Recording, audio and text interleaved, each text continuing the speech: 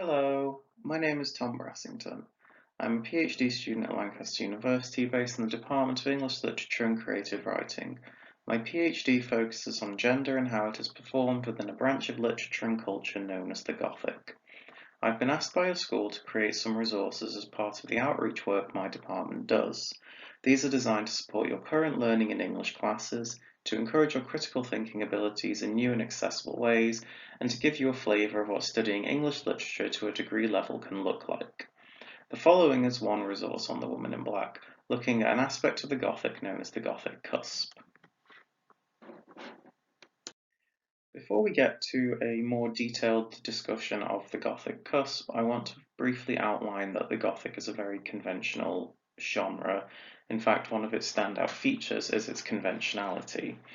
The Gothic scholar Emma McAvoy, in her introduction to Matthew Lewis's 1796 novel The Monk, writes that so many works share the same stock episodes, characters, and even phrases. You have probably begun to encounter this in your own engagements with Gothic and horror texts, maybe noticing a kind of familiarity or sense of deja vu when reading certain passages, or if certain characters seem to recur regularly in the films you've watched, like, say, Final Girls and slashers and things like that. Even the presentation of Janet Humphrey in The Woman in Black, the cinematic adaptation at least here being presented on the right, directly reminds Kipps of Miss Havisham from Dickens's Great Expectations, herself a particularly striking rendition of the Gothic image of hags. This is a engraving or etching in a early 20th century edition of Great Expectations on the left.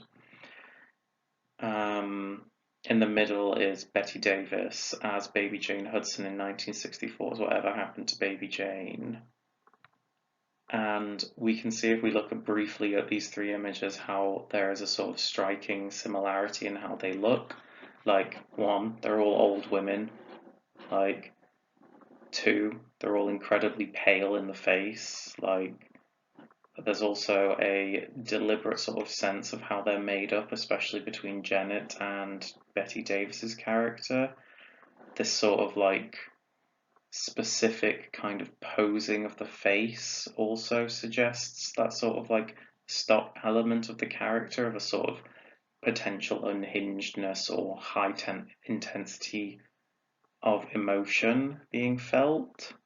Like, hags all seem to sort of appear very similar across their sort of iterations in Gothic literature and cinema.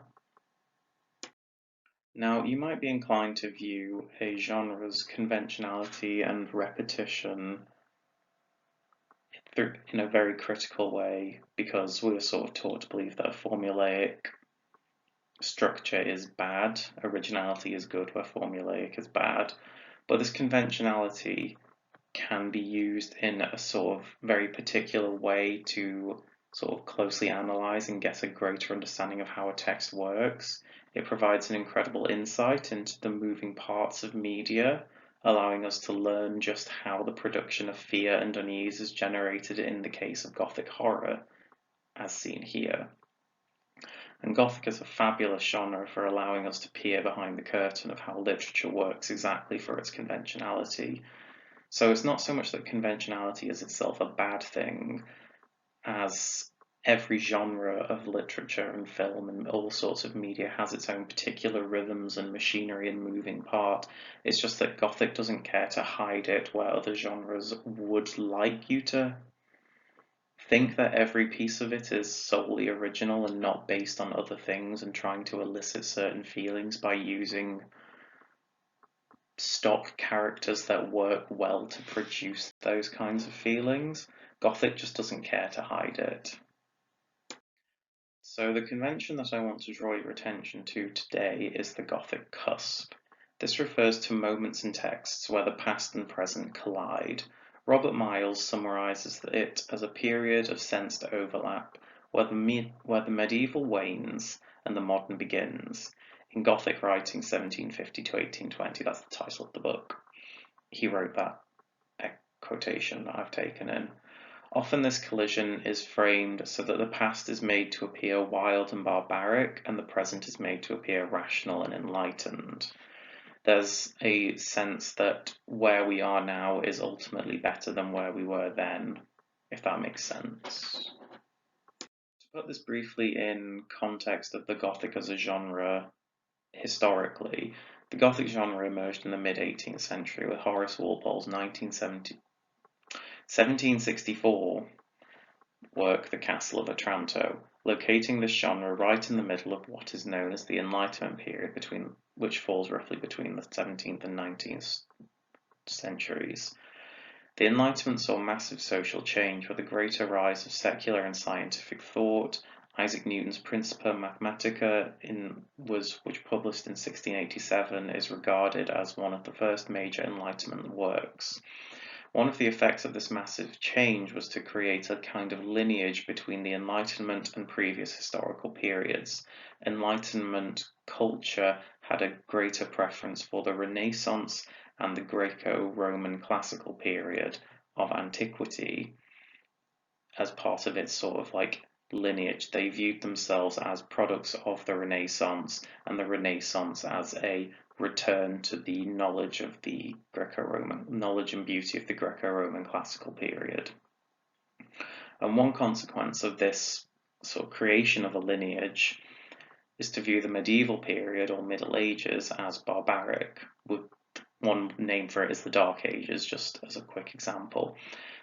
It's characterized as this time of lost knowledge and savage practices, and the legacy of this shift is still present today, with our imaginings of the first 1300 years of the Anno Domini period being littered with medieval bloodletting, medical bloodletting, plague doctors, religious cults, and peasant stupidity. This is how we sort of imagine this period even today. So the Gothic cusp is an encounter between the modern and the barbarous. For Walpole in the 18th century, this was very much an encounter between his modern sensibilities and medieval imagery. In 19th century texts like Dracula, the aristocratic vampire with outdated sensibilities is placed in juxtaposition to the latest technologies, Mina Harker's portable typewriter and Dr. Seward's audio recording machinery.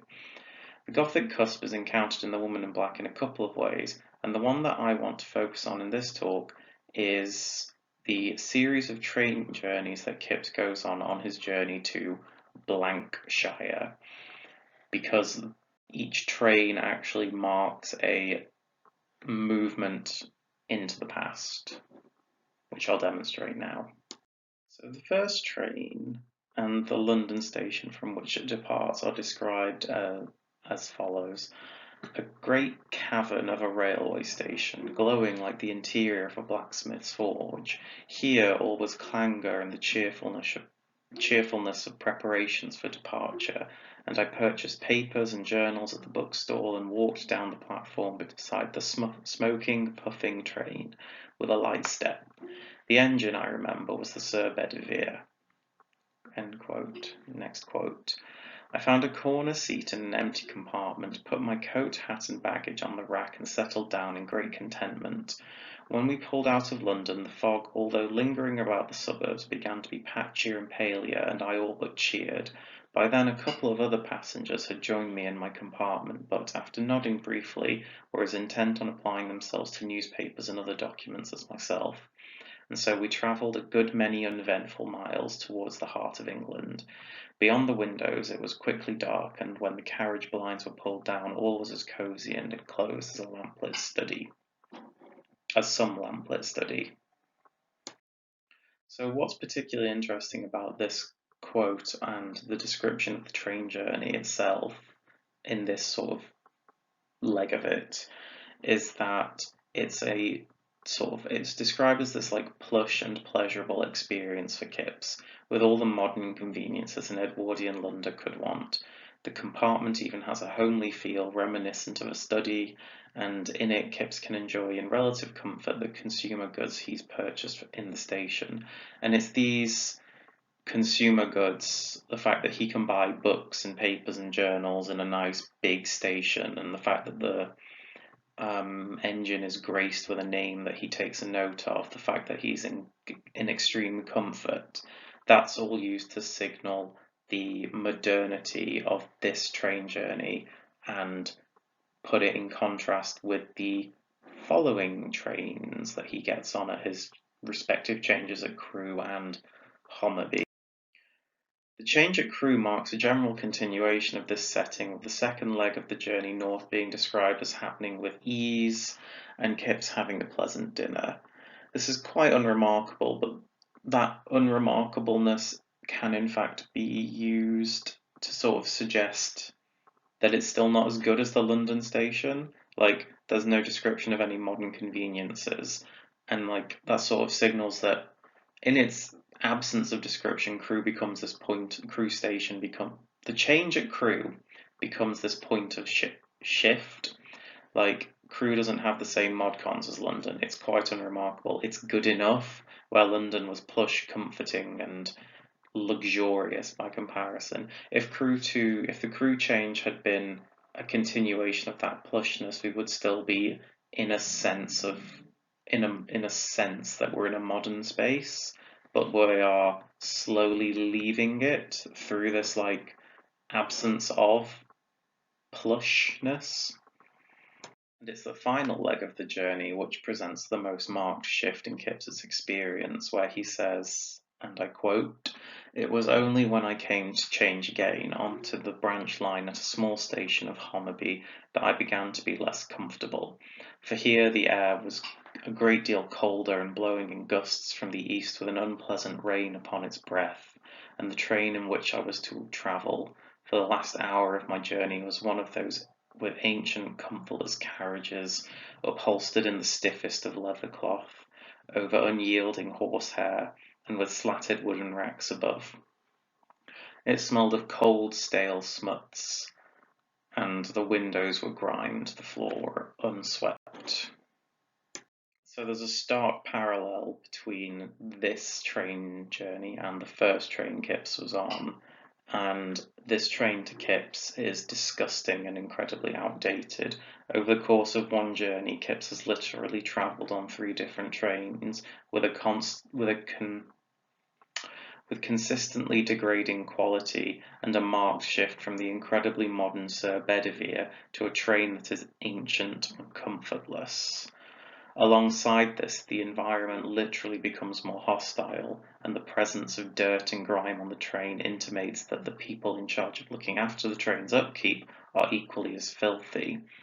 Presented across these trains as a marked sense of moving quite literally into a place that is in the past and something of an affront to our modern protagonist, this disgusting, unkempt, ancient train is something which is designed to inspire a sense of disgust in our modern sensibilities and our expectations.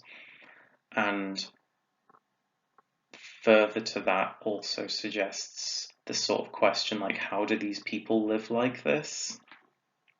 Like, it's very much using the train to suggest how the people who use the train live. We can see how these journeys take us along the Gothic cusp as Kipps is transported through history by trains that get older and older and through environments that are continually more hostile. The move from a modern train like the Sir Bedivere to this ancient, unpleasant, barely moving train signals a move back into the past because we're just getting on something older and older. And then it also moves from comfort to hostility. So there's a sense that this move into the past is also a move into a hostile location. Now, noticing a certain motif in a text is not the same as producing an argument with that text. So how can we extend this observation into something that is more of an argument? One way to build on these observations is to ask, what do they do? My supervisors use this question to encourage my thinking, and it's a particularly effective and flexible critical tool to take up. Like, what does this do is quite accessible for a lot of people to use. You can use it at different levels and you'll get different amounts of insight from it. So if the Gothic cusp is supposed to bring together the barbarous past with the enlightened present, what does this do in The Woman in Black? To me, aligning the northern countryside with the barbarous past does more to Kipps than anyone else. It makes him seem pretentious and even arrogant at times. And this is a feature that Hill may be borrowing from 19th century Gothic works, where male protagonists would often encounter the barbarous past in some form that was horrifying, and the encounter with that barbarous past would fundamentally change them. And these encounters are usually politically and culturally informed. So the 19th century encounter with the cusping past is often framed as an encounter with a colonial curiosity like a mummy, and that is used to sort of play on fears that the British reading public at the time had of the potential flaws and weaknesses of the British Empire. It's called reverse colonization, and it's not a concept I want to get into right now because that's not the focus of this session. For Kipps, we can think of his encounter with the barbarous past as a encounter of his character with the barbarous past. He presents himself as stoic and rational, and is forced to encounter ghosts and acknowledge their existence. In turn, the novel's presentation as a means to deal with the trauma of child loss for Kipps presents this interaction with the past as something which demands addressing and will not rest until done so. The barbarous past, and the very fact that the novel itself is Kipps's own recollection of that past, is something which is hostile to him, and it needs to be resolved until he's done so. Well, The Woman in Black literally chases him back to London.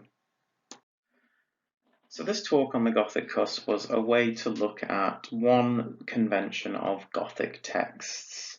You may have come across other such conventions in your own reading of The Woman in Black and in your classes, things that you might have thought were cliché or expected or stereotypical.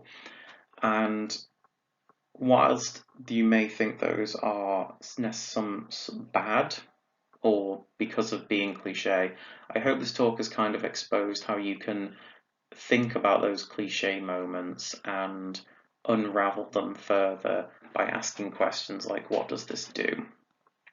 For example, with the Gothic cusp and this sense of returning to the past, I unravelled it briefly by thinking about how it actually, to me, presents Kipps as a quite pretentious character who thinks he knows better than these other people, when in actuality he doesn't, because he's got his own damage to deal with.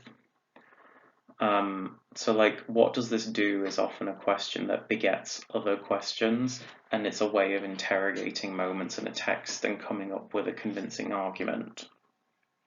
And I hope it's something you can take to your own observations from reading the text in class as part of your curriculum.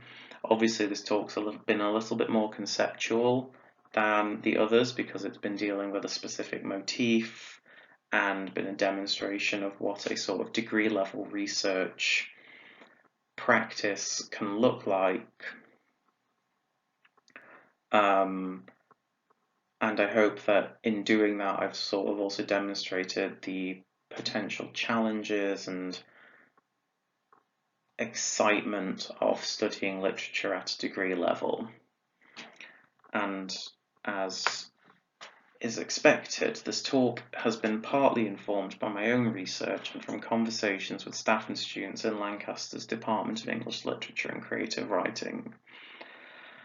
Whilst I can't take questions on studying English in this talk, please feel free to send any inquiries you might have to an email address that should be available on the web pages in the link provided here. This link takes you to the departmental web pages on the Lancaster University website, and there'll be contact information on there, as well as an FAQ, I believe, and a general overview of what the department does and what you can study, the multiple things you can study at degree level at university. Thank you.